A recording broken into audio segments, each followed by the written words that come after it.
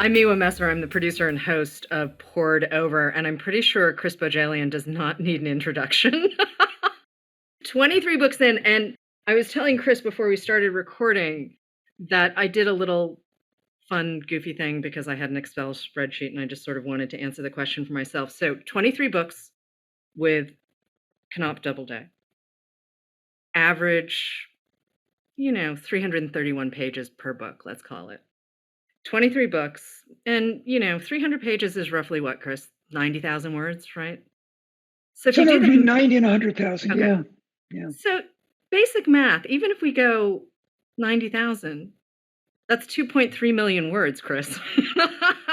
And 1.1 million additional words in journalism, given that I was a columnist for nearly a quarter century. Right.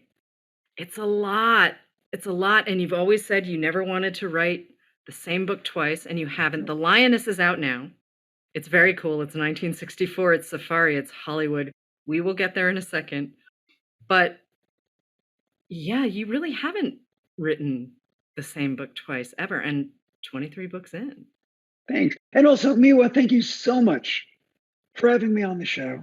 And thank you so much for all you do to make the world a better place, celebrating what words and reading and books can mean to the soul. You have done so much for so many readers, for so many writers, and speaking selfishly, for me as a reader when I go into a Barnes and Noble, and for me as a writer. Thank you. Well, it's my pleasure. I mean, can you actually believe they pay me to do this? It's really fun. I can't believe they pay me to write. Right? And I want to talk about the fun piece because you're not always writing. I mean, you're not a comedic writer for the most part. Let's go there. But you do have a really good time as you're constructing these stories and discovering these characters and finding out where they take you, because you're kind of a pantser as you write, aren't you? I'm stealing a phrase from David Levithan, but you're not sitting down with an outline to start these stories, are you? No, I have no idea where my books are going. I depend on my characters to take me by the hand and lead me through the dark of the story. I begin with the vaguest of premises. Functional alcoholic flight attendant wakes up next to a dead body far from home. Hollywood's biggest star finally gets married and decides to bring her entourage into the Serengeti on a honeymoon. Or Puritan woman is in an abusive, horrific marriage and decides, I've had enough. And that's all I know when I start. We are going to have a long conversation about the women, but you start with the idea, you start with the concept. When does the voice come in? I mean, is the voice part of that concept, or are you just sitting down and writing until you know it when you hear it? Usually I have to know two things to start. The premise and the voice. Okay. Is this a very traditional third-person omniscient novel? Is it a third-person subjective novel? Or is it first person? Do I have the sort of idiosyncratic narrator that I really get, that I hear her or his or their voice in my head? Sometimes I do. With Midwives, I did. I knew instantly that this was a first-person novel by a midwife's daughter, and I knew the first sentence. And whenever I needed to find her voice, I'd go back to that first sentence. Okay, so 23 books, 3 of which we're going to leave to the sands of time. Your 10,000 hours. And some of them belong deeply buried under the sands of time. I've written the single worst first novel ever published, bar none. I've written some really terrible books. Okay, but here's the thing. As an ad guy making the transition, you were practicing. Your practice runs happened to get published. Unfortunately, for some readers, yes. But here's the thing. So, let's look at Water Witches in Vermont. That was sort of, let's use that as the starting point. And yes, I included those other 3 novels in the 2.3 million words because you still did write them. I did, yeah. Apprentice fiction. Right, okay. But the reason I'm bringing up Water Witches and starting there is you really see the bones of a lot of your work. Not all of your work, but a lot of your work. There's the family conflict, there's the Vermont setting, which occasionally you've scooted out into New Hampshire and New York and whatnot. But really Vermont, is as much a character in a lot of your work as the people themselves. So you've in the past talked about too how Vermont helped you find your voice as a writer. So let's get everyone situated in Vermont with you before we start wandering the globe. There's a great Ralph Ellison quote. If you don't know where you are, you don't know who you are. So Vermont is a character. Wherever my books are set, I hope the geography is a character. Right. In the Lioness, the Serengeti, and Hollywood are characters. In the Red Lotus, Vietnam and New York City are characters. So Vermont, I grew up outside of New York City in every dysfunctional John Cheever-esque suburb there is, including Miami, Florida, which when I was a kid was, a suburb of New York City. Yep. And then when my wife and I were really young, we moved to Vermont.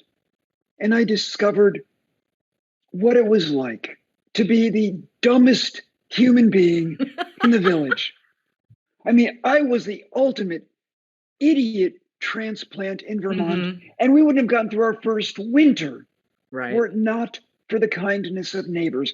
So in a book like Water Witches, I found my voice for a couple of reasons. I found my voice because I understood that one of the things a writer is an observer. We're really watching the world around us and trying to share it with our readers. And as the dumbest person in the village of Lincoln, Vermont, me. Whether you're writing historical fiction or contemporary stories, you do a ton of research. And it seems like it's always like you pick up a thread and you're like, is this personally interesting to me? So you really are this kind of wild generalist who's just really looking for a story, right? Research is so much fun. One of the great gifts of being a novelist is asking people I don't know questions that are none of my business. And one of the things I found is that when you are talking to someone about something they love or what they do for a living, they are really forthcoming because they're sharing their love. So when I was writing The Lioness, I was researching fundamentally two things: the Serengeti and safaris and old Hollywood. And that was really fun for me. I mean, I love getting to learn things that are weird. I mean, I had the best time talking to my two guides in the Serengeti about all the ways there are to die on a safari and all of the things that tourists do that are stupid. I mean, a safari is perfectly safe if you listen to your guides. Right. It's not if you don't. When I was writing The Flight Attendant, I had the best time talking to flight attendants. Every flight attendant can tell you a story that will leave you howling with laughter, ranging from what do you really do with a dead body at 35,000 feet when you are over the Atlantic Ocean and there's no place to put the corpse. When I was researching the Red Lotus, every ER doctor, and ER doctors are amazing, would tell me stories that were really funny and really interesting and surprising. I remember talking to one ER doctor in New York City about what it's like on a weekend. I was really surprised when she said, "Oh man, weekends are crazy. You get so many people who've tripped over their pets. You get so many people who've cut off a finger slicing a bagel." I'm sorry, I didn't realize that was the case.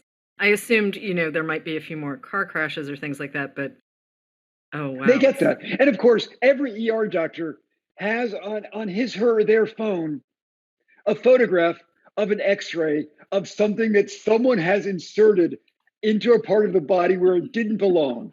I mean, literally every ER doctor would say, "Okay, I'm about to show you an x-ray and you're to tell me what you are seeing in this image." Have you ever guessed on the first try? Have you ever gotten it right?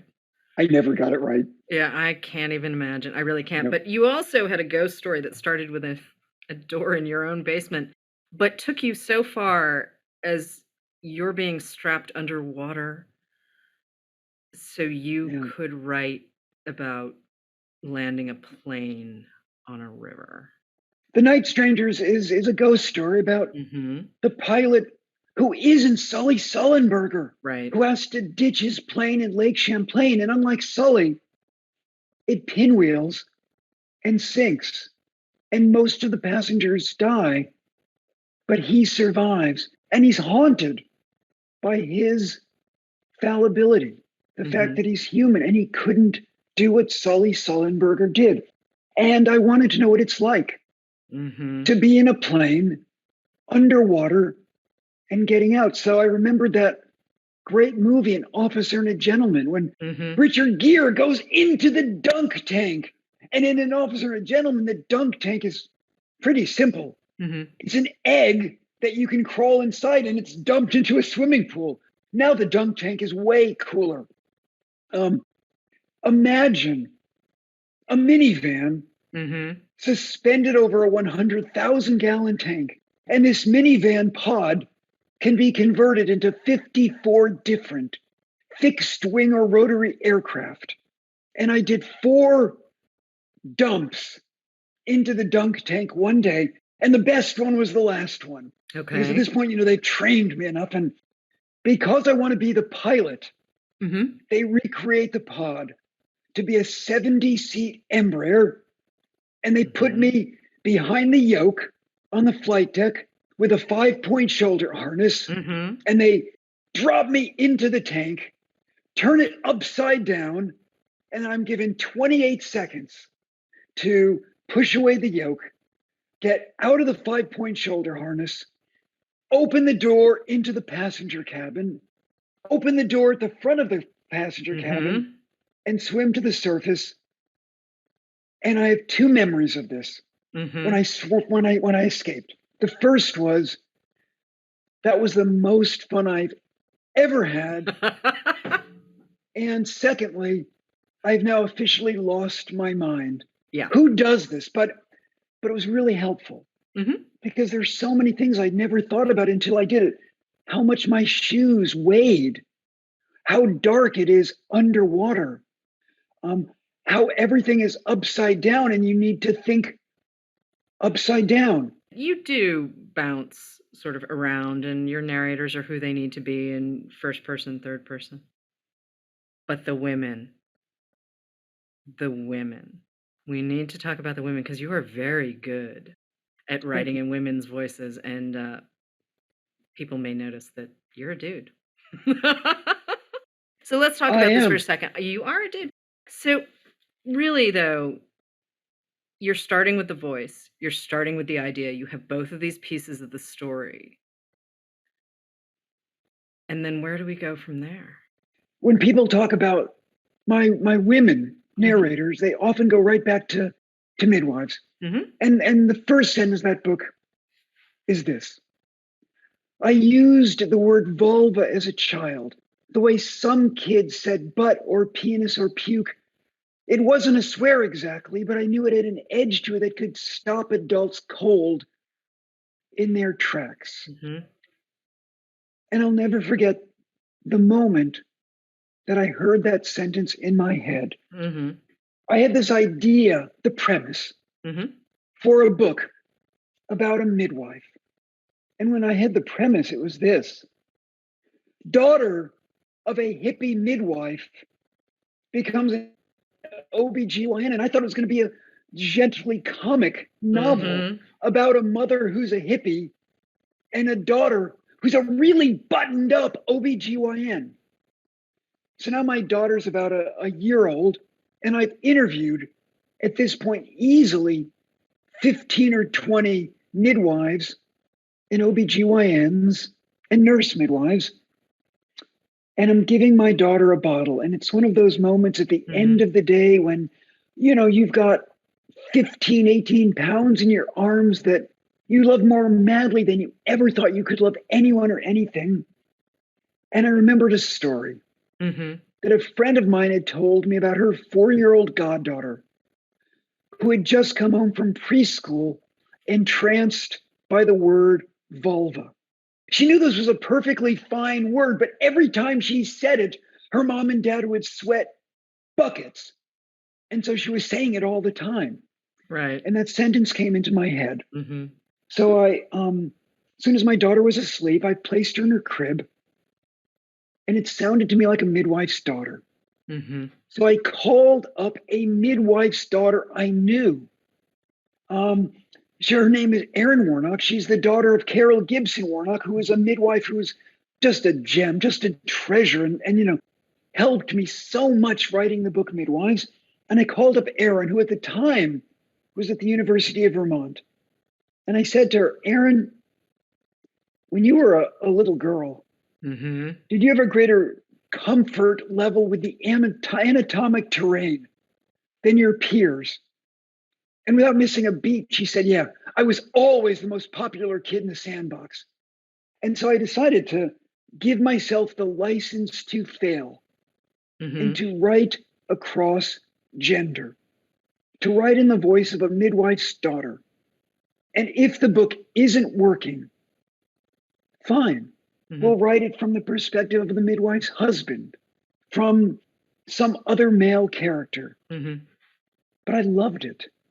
It was so emancipating to not be me, to not be, at the time, this 30-something dude. And I loved it.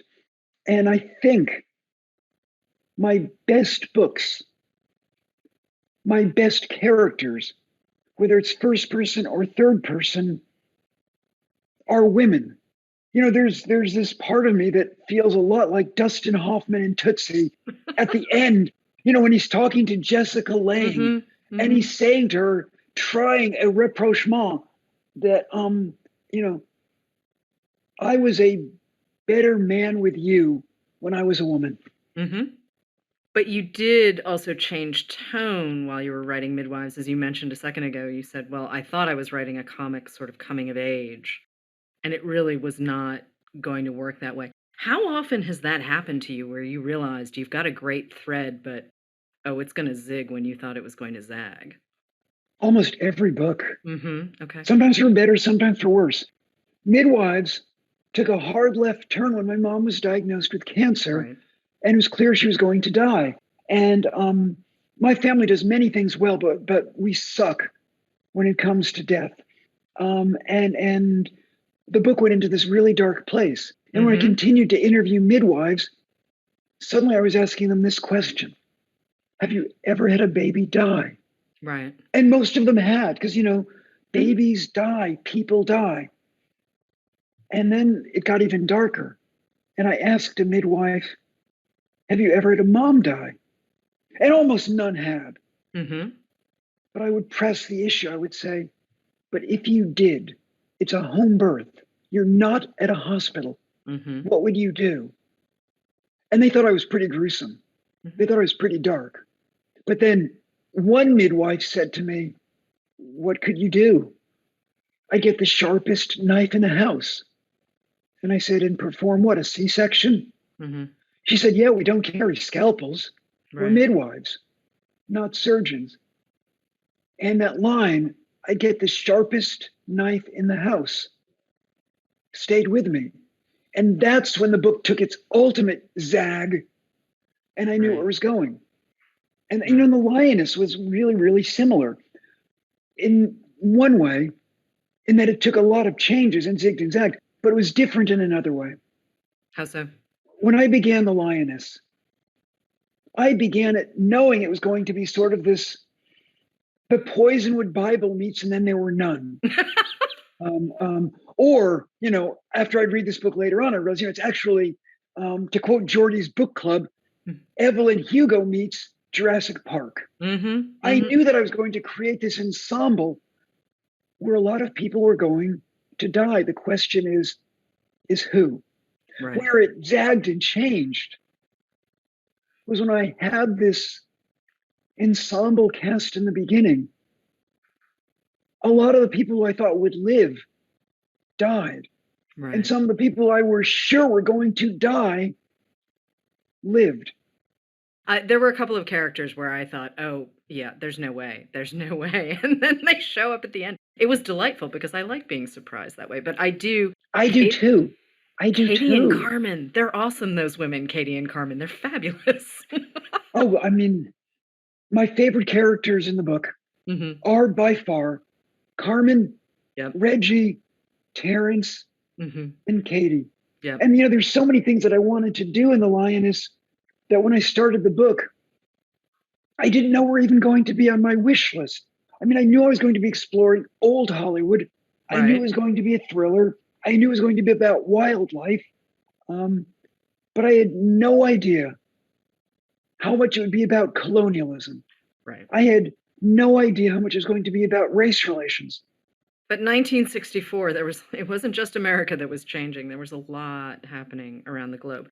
Now, you spent time on safari doing your homework and I was figuring so out what lucky. was next, right? But you were traveling, it was start of the pandemic, right? Just as things were really starting to shut down, you were in the Serengeti. Do I have that right? No, not Okay. precisely. No. What Okay. happened was this. I was in New York City in August Mhm. of 2019 because we were workshopping the stage play of Midwives, Right. and I went to a matinee. Okay. And I emerged into this cobalt sky, and it's hot, and I just been in an air-conditioned Mhm. theater, and had just been transported really far from New York City in this movie, and I thought to myself, my God, I love movies. Mhm. Why have I never written a Hollywood novel? And so I decided I would. And I've Right. never written a book set in the 1960s or the 1970s when I was a boy. And I'm from an era when so many people my age or a little older, the first movie they ever saw was Mary Poppins, Julie Right. Andrews, Dick Van Dyke, Dancing Penguins. Mhm. Not me. First movie I ever saw was Bonnie and Clyde because my parents clearly had no filter and were going to Mhm. take me to whatever movie they wanted to see. So my principal image and memory of the first movie I ever saw are Warren Beatty and Faye Dunaway being machine gunned in the Bonnie and Clyde death car. So I decided the book was going to be set in the 1960s Mhm. because, as you said so eloquently a moment ago, it's an era of great Right. cultural transformation everywhere. And when I was thinking about the Cold War, I thought about the proxy wars Right. in East Africa. And wouldn't it be interesting to take a bunch of Hollywood people, actors who pretend? That's what they do. They pretend. And producers and agents and publicists and put them absolutely out of their element on a safari. And I figured, yeah, we'll go in 2020. Right. But then my wife and I got lucky and there was a cancellation and we were able Ah, to go in October of 2019. okay. And thank goodness we did because, I mean, you know, this book quite literally saved my life in How so? 2020. The Um, writing of it? The researching of the it? writing of it. I mean, Okay. okay, for those of you who are watching and listening, some of you are saying, "Oh, he just did a Lioness book tour. He's got laryngitis." No, this is my new voice. Thank you, COVID. Mhm. I got Mhm. COVID in March of 2020, and this is my Ah. new voice. Mhm. But in March of 2020, here's what happened. I lost my voice completely. Mm. We didn't just cancel the Red Lotus book tour because the world shut down. I had a book, published March 17, 2020. I remember. Um, yeah, my wife is a fine artist, Mhm. and her galleries were going out of business. Right. The biggest solo show she had scheduled in years was canceled. My daughter is a Mhm. young actor, and she was booked through all of 2020, and it all went away. And Right. while all of us were learning to Zoom, we were FaceTiming and talking on the phone, I couldn't even speak. And so all I Mm. did was walk my dog, Mhm. hang out with my wife in this weird world where we're writing notes to each other and wondering whether we're both going to learn ASL for the first 8 weeks. My daughter was with us, and I would do these weird virtual events and book clubs where I wouldn't speak. And my daughter would be my voice because, she knows my work so well. She's narrated at least 5 or 6 of my audiobooks. And I wrote this book. And it's what, I'm just going to read you the dedication because it really gives you a sense of what my headspace was when the world is unraveling. And all of these ER doctors I've interviewed for the Red Lotus and I are emailing and texting from New York City and Los Angeles about the trauma that they are experiencing and witnessing and how helpless they feel. For my pod, literal and metaphoric, from 2020, the year that Satan spawned, and the first half of 2021, when I was hanging on by my fingernails, you gave me your hand. You are my safari. I was really, really broken. And books do save us. I am that person. I absolutely believe that there is a book for every reader. And the folks out there who are saying, I don't read, it's not fun, it was spoiled for me in school. No, you just haven't found the thing that is going to make you swing. I was so thrilled and so grateful when one of the 2021 Barnes & Noble Book Club picks was Our Country Friends by Gary Steingart, because the book is fantastic. Isn't it, though? It's so good. It is so good. Gary is so smart, and he's so funny. We need to be writing about the pandemic. And that was among the very first books to come out, and it was just so important. Jodi Picoult's Wish You Were Here is really one of those books that I think is for her a legacy book, because it really gets at, in some ways, the notion that A, the world is unraveling, B, we are all in quarantine, and C, we desperately need books when we can't get out to help us get out. We talk all about books make us empathetic. They make us better people. And my God, Barnes and Noble and books literally were the angels that helped saved us in 2020 and 2021. Well, there are a lot of bookstores that helped a lot of folks. We can't take all of the credit. But what are your legacy books? Obviously, Midwives is in there. Obviously, well, we think the Double Bind is in there. But Hour of the Witch, Red Lotus, The Flight Attendant, The Lioness. I think we do need to add, though, Sandcastle Girls. That feels really important. That's what I was going to add. About the Armenian genocide for a minute. Once again, we're back to not light, not fluffy, but a love story that's really important and about a moment in world history that not everyone knows the way we might hope. I'm glad you added the Sandcastle Girls. That's the one I would have added to that litany. I'm a grandson of 2 survivors of the Armenian genocide, the Ottoman Empire's systematic annihilation of 1.5 million Armenians, 300,000 Assyrians, and countless Greeks under the cover of the First World War. And yet, it isn't a genocide that, until recently, was known. It's known more now because of the centennial of the start of the genocide in 2015, because finally, the United States formally called it a genocide and recognized it as a genocide, but it's still not well known. And when I wrote the book, and it was published in 2012, I wasn't writing it for Armenians because we know the story. The fact is, 3 out of every 4 Armenians were executed, died in the Armenian genocide. There are 10 million Armenians in the world today. Most of us are descendants of the final 500,000 who were left alive in the Ottoman Empire. And to this day, I don't think a week goes by when I don't hear from a book group saying, would you join us? Or we just read the Sandcastle Girls. We are all educated readers, and we knew nothing about the Armenian genocide until we read your novel. And that's part of the point I wanted to make. And we were talking about empathy just a second ago. And yes, I mean, reading absolutely builds your empathy muscle, without a doubt. But you are covering a lot of ground in these books. You're covering a lot of different emotional states. Despair is something that comes up frequently in your stories. I mean, and that's the nature of fiction, right? I mean, you have to see people change. You've got to raise the stakes for them to really have to do what the story needs them to do in a way, right? I mean, you're the one who's driving the story. Yeah, that's right. It is right. When I was writing The Flight Attendant, I wasn't writing in my mind a page turner Right. or a thriller.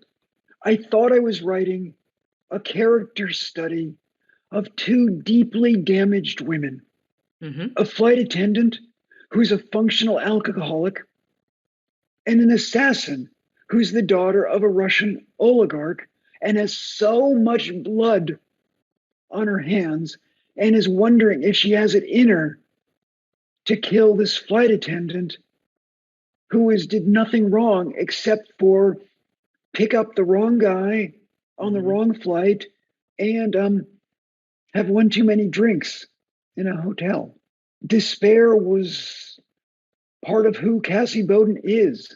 You know, despair is who part of Miranda Orlov is. I mean, one of the things I love about the Flight Attendant TV series is you get to see Kaylee Cuoco's acting chops. You see that, you know, she's a really, really good dramatic actor. And to go back to that word despair, Right. in season 1 and season 2, because Kaylee's a really good actor, you feel Cassie's despair and her demons. Now, I hope my books aren't a black hole of dread and despair where you never are going to see the sunlight, but I'm certainly never going to draw the curtain on unhappiness. You know, in Midwives, we were talking about earlier, there's a reason that you see the bedroom cesarean, that I don't draw the curtain.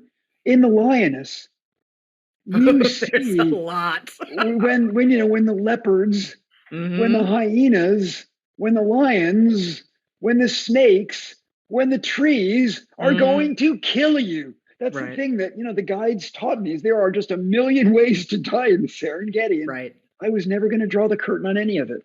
Story is the thing that connects us at whatever level. It connects your characters, it connects readers to you and your characters. Story is the thing that makes your work sing on the page.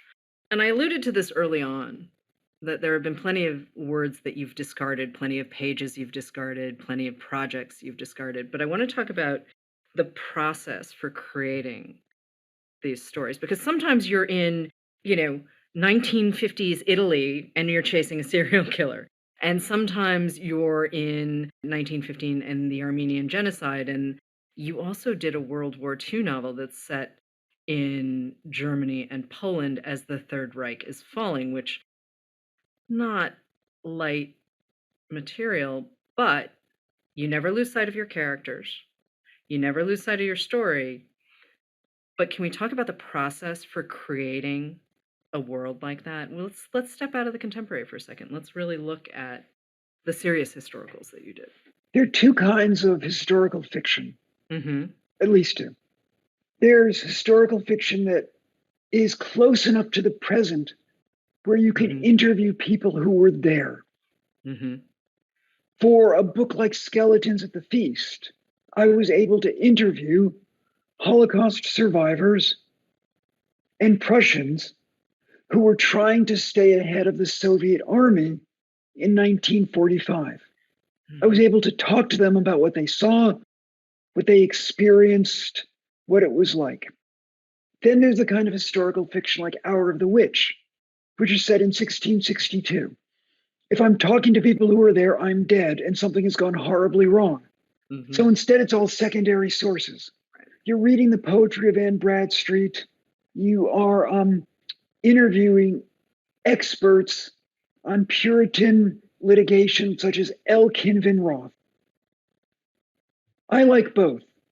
I am thrilled to do a deep dive into the secondary sources, you know, and read. The great thing about the Puritans is they were avid diarists.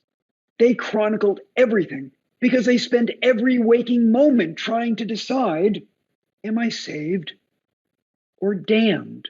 That was literally the principal concern they had. It wasn't just finding beer, though beer was really important to them. I mean, they drank like it was spring break in Miami. But when you're dealing with the primary sources, the human beings, that's where you get these unbelievable golden nuggets that surprise you. And so when I was writing The Light in the Ruins, which, as you said, is set in Italy in the 1950s or the 1940s, or Skeletons at the Feast, which is set in the Eastern Front in 1944, 1945, I would be deeply moved, utterly horrified in the space of 5 minutes of conversation by the things people would tell me. The Sandcastle Girls was a little bit like that too. Right. Most survivors of the Armenian genocide were dead by 2010 or 2011, but their children were alive. Right. I'm alive, grandchildren. And the stories that parents told their children and the children's trauma was present. And that's really, really important to get that trauma down in paper. We know that trauma is transmitted genetically. At least I believe that from what I've read, that trauma is in our genes. And when you're writing historical fiction, the kind that I write, there will be blood and there will be trauma. You've done 3 books in 3 years. Do I have that right? See, Red Lotus went straight into Hour of the Witch, went into The Lioness. That's a lot. Even with a pandemic, that's a lot. But what's next? The Princess of Las Vegas. And Las Vegas is a character. But I will tell you that I thought the book was pretty much done in February. But I was ahead of the zeitgeist. And it's going to have to change because the basic premise is about Russian oligarchs laundering money at a Las Vegas casino that now accepts crypto. All of a sudden, Russian oligarchs aren't funny. No. It's just frightening. Yeah. Secondly, the sanctions we had in place previously are very different than the sanctions we have now. And finally, I have no idea what in holy heck crypto is going to be a year from now, and whether any casino will want anything to do with crypto. So the Princess of Las Vegas is rolling on, but it's changing. And it's a good thing that I don't give a darn about outlines or, big dry erase boards, because if I did, I'd be pulling out my hair. At this point, it's just having fun with a very particular kind of tribute impersonator in Las Vegas who's not Elvis. Oh, I think there's a lot to look forward to. This is just, it sounds wild in all of the best ways. Chris Bohjalian, thank you so much. Lioness is out in hardcover. Hour of the Witch is one of 22 paperbacks with Chris's name on them that you can pick up right now. And the Princess of Las Vegas will grace us when she does. And when she does, yes. Thank you so much. Miwa, thank you. You're the best. I had so much fun. I loved your questions. And thank you for celebrating what words and reading in books can mean to the soul. Listen, I love doing what I do. Thanks again. Hello, readers. It's time for another TBR Top Off, where we recommend books for you. Today is a special episode since we're covering a retrospective of the incredible Chris Bohjalian. We decided to just choose our 2 favorites. I'm Mark, coming to you from my Barnes & Noble store in Cincinnati. I'm joined by my favorite book buddy, Becky. Hello, Becky. Hey, Mark. Hi, everybody. So I'm going to go ahead and jump in with my favorite book by Mr. Bohjalian, and it is The Double Bind. This is such a fantastic book. It's twisty. It's got this quiet suspense attached to it, but it's got the hefty share of emotional weight that I would expect from this author. You follow the main character, Laurel, who is kind of reeling from a trauma that occurred back in college when she was assaulted. And she is holding on to that, and it's affecting kind of her day to day. But she is currently working at a homeless shelter where she meets Mr. Bobby Crocker, an elderly gentleman who is struggling with mental illness. And talks a lot about his past as a famous photographer for celebrities and musicians. Not very easy to believe, considering his state of mind usually. But when Laurel comes across a box of photos and negatives, she really dives into an investigation of his past and what happened to this man who was rubbing elbows with some of the most famous people in his era to a man living on the streets. And what follows is not only an investigation into his life, but how that parallels some things that she's going through as well. And the ways that these intertwine are staggering and incredible.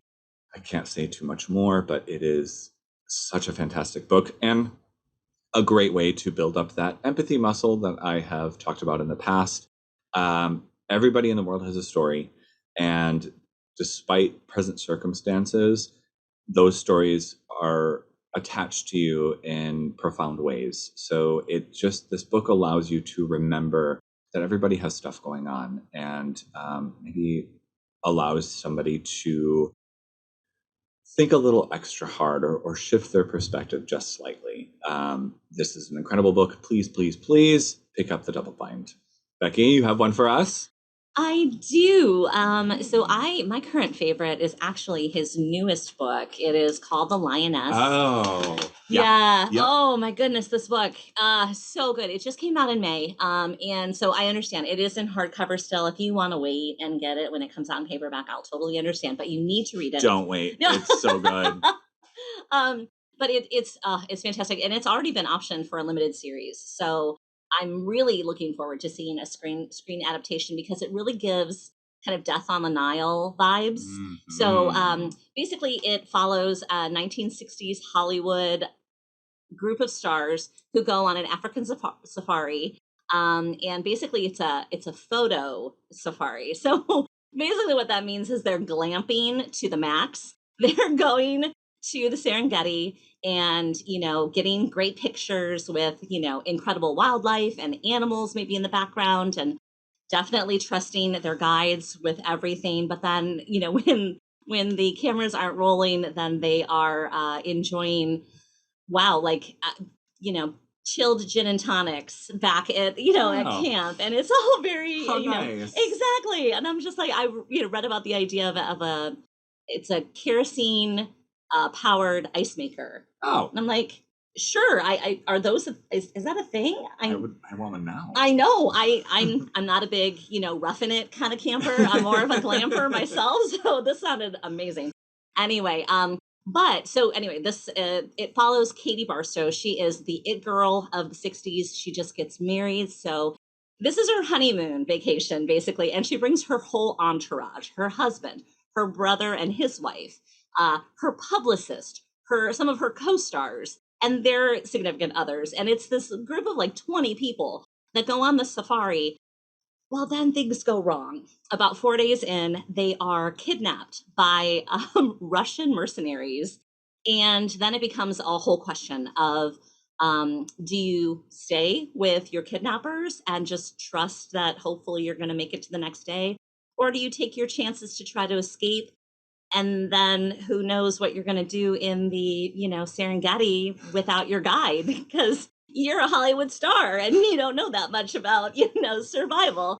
So it's an incredible book because it gives you, basically you get to see every character. Each chapter goes to a different character. So you're getting to see why they came, kind of a little bit of their background, and also what they thought they were going to be getting into. along with what actually occurs. It is, yeah, it's twisty turny and really just such a ride. So I highly recommend the Lioness when you get a chance. Ah, such a good pick. Yeah, I those are great think that I can't really tell if I would just deal with Russian mercenaries or try to survive without a kerosene powered ice maker. Well, I don't even know about the kerosene powered ice maker. I think I would just need the guide to tell me, is that tree poisonous or Yeah, not? fair. Or is Fair. Oh, fantastic. Oh. So thank you everybody for listening and watching today. I hope you loved this episode and are racing to your stores to pick up anything by Chris Bohjalian. All of them are fantastic. Oh, he's so good. Please make sure to support us with a rating and subscribe to Poured Over so you never miss an episode. I am Mark, and this is Becky. We're here from our home store in Cincinnati. You can follow us at B&N Westchester. Thank you again so much. Happy reading, everybody, and enjoy the day. Bye. Bye. Poured Over is a Barnes & Noble production. The show is available on Apple, Spotify, and Stitcher. Please rate and review us wherever you listen to podcasts.